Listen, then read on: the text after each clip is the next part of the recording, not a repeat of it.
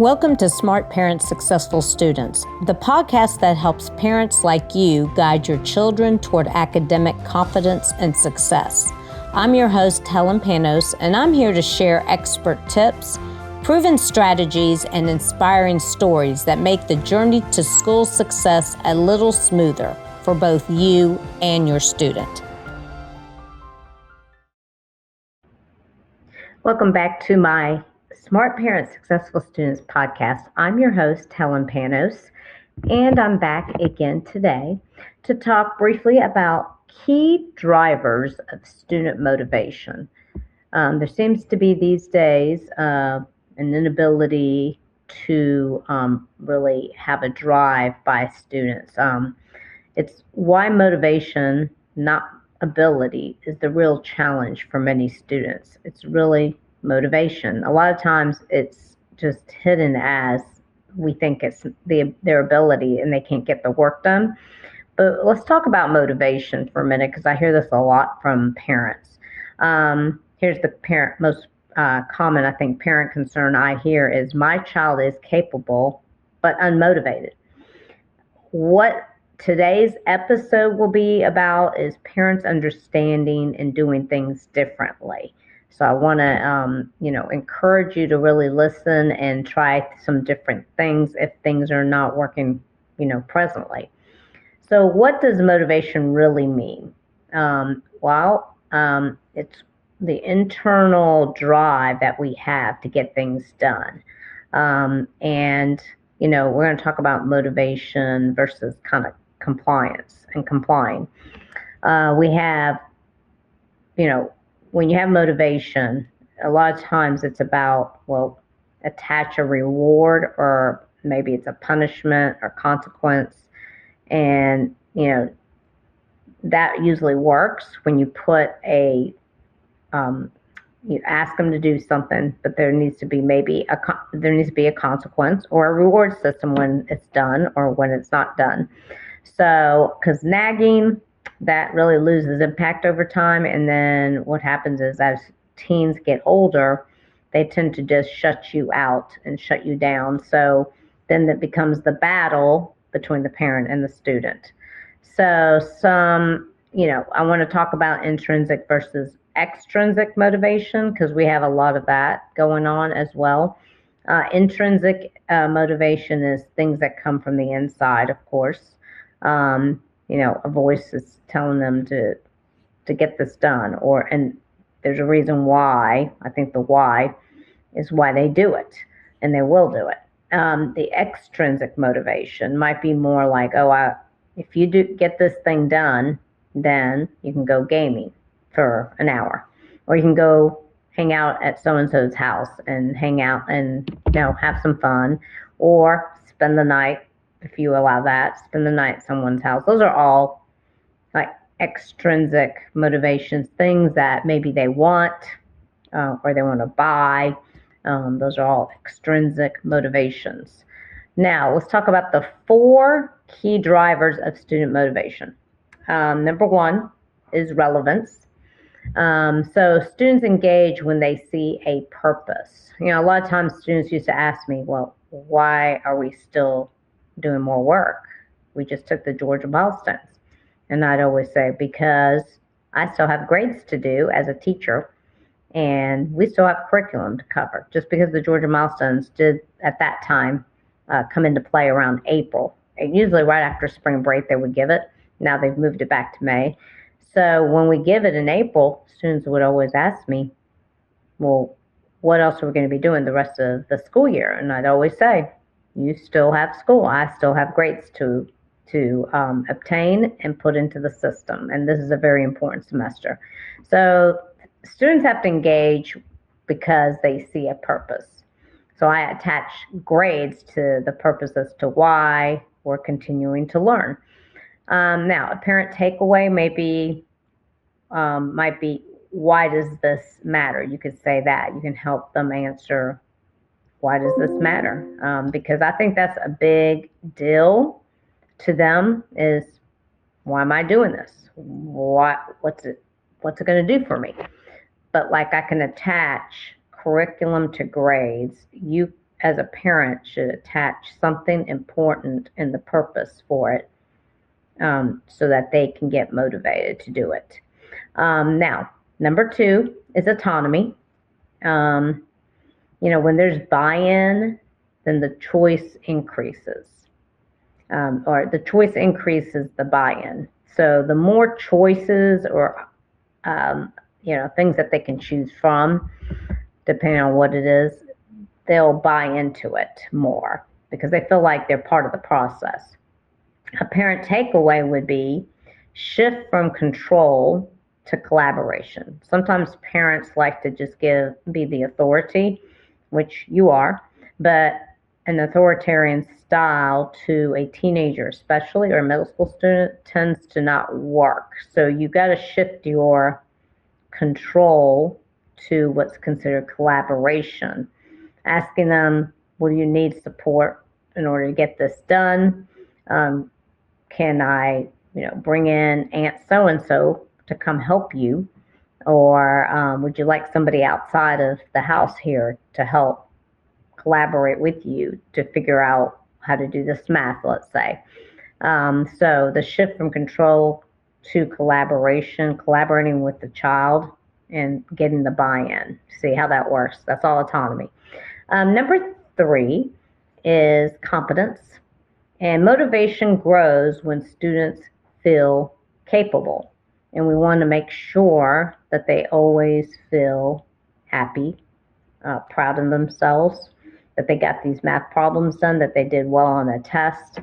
So the motivation grows when students feel capable. And if they don't feel capable, then it may be time to get some assistance. So the parent takeaway here would be skill gaps often look like laziness. I think that's old school kind of thinking of they're not doing it, they're just being lazy. It's easy to say. A lot of people still say it. I hear it. But a lot of times it's maybe skill gaps that are missing, like organization, prioritizing, and planning. These are all executive functioning skills.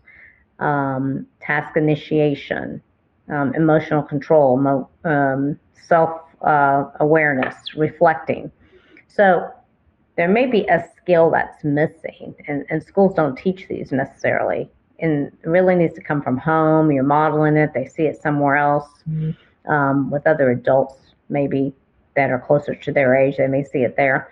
So again, parent takeaway, skill gaps often look like laziness, and they usually are not. So number 4 is connection. Students work harder when they feel understood. If you sit down and you're like, hey, what can I help you with? I see you're struggling, or maybe you're having a difficult time with this particular subject. You want them to open up to you. So you might have to give a little bit more in terms of a direct questioning, not just say, how was your day? That doesn't go anywhere usually. They'll just say, fine, it was okay, something like that. And then you can't usually get anything more from them. But students work harder when they feel understood. So the more you can get them to chat with you, the better. And if they're struggling with the class, then you want them to be able to reveal that to you so you can get them the help they need to resolve the problem. And a parent takeaway on this is relationship fuels effort. Relationship fuels effort. So you want them to be connected to you, because then they will then show effort because they want to make you happy. So what parents can do right now? Well, one question to uncover is what matters to your child. Talk to them about that. They should be able to tell you. If not, maybe they'll tell an aunt, an uncle, best friend, and hopefully they can share that with you. But one language shift that you got to think about, one language shift that reduces resistance.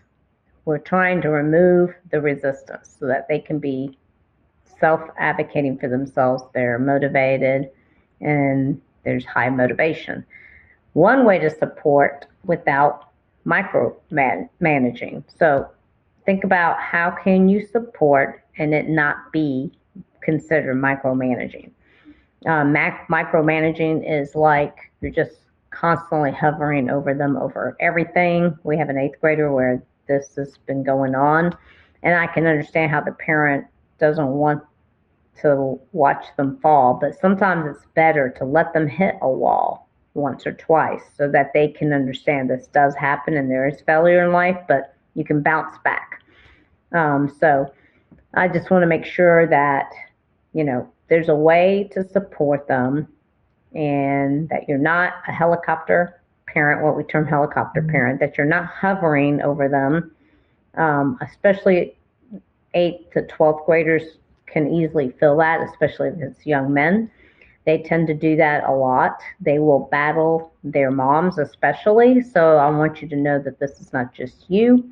This is I guess I'd call it a pandemic of some sort, where young men are constantly battling their moms over things. They may be gaming, or they might be talking on the phone all the time, or they may be texting all the time, and they're not really focused on the work at hand and getting it done. So let's wrap up.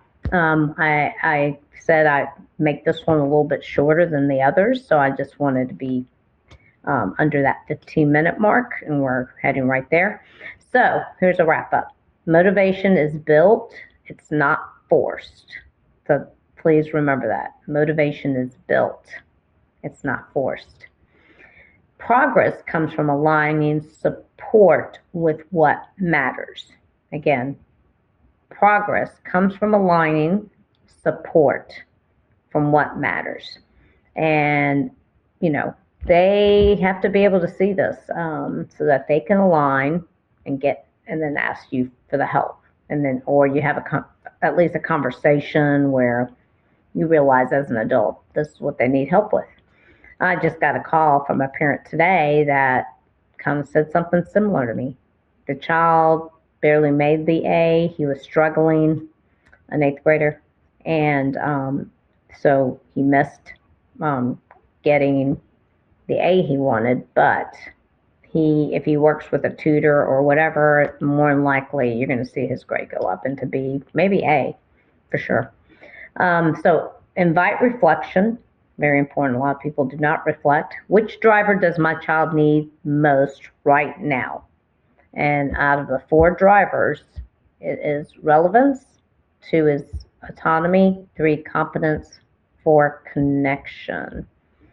So progress comes from aligning support with what matters. Invite reflection. Which driver does my child need most right now? And soft CTA to goal setting, a call to action to goal setting, I'd like to mention that, or executive function resources, which we do provide. I think this executive function is very, very valuable and very well received, and more people are hearing about it, because I still get a lot of calls where it looks like it's tutoring, but it's not. It may be that executive function can fix the problem.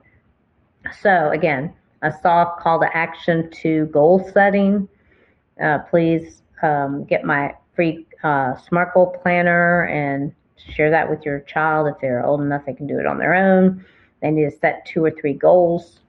And then from there, fill out the form that I have. That's really, really good. I just went over that podcast and sent SMART goals in this season 15. So look out for that, because that was already episode 1. All right.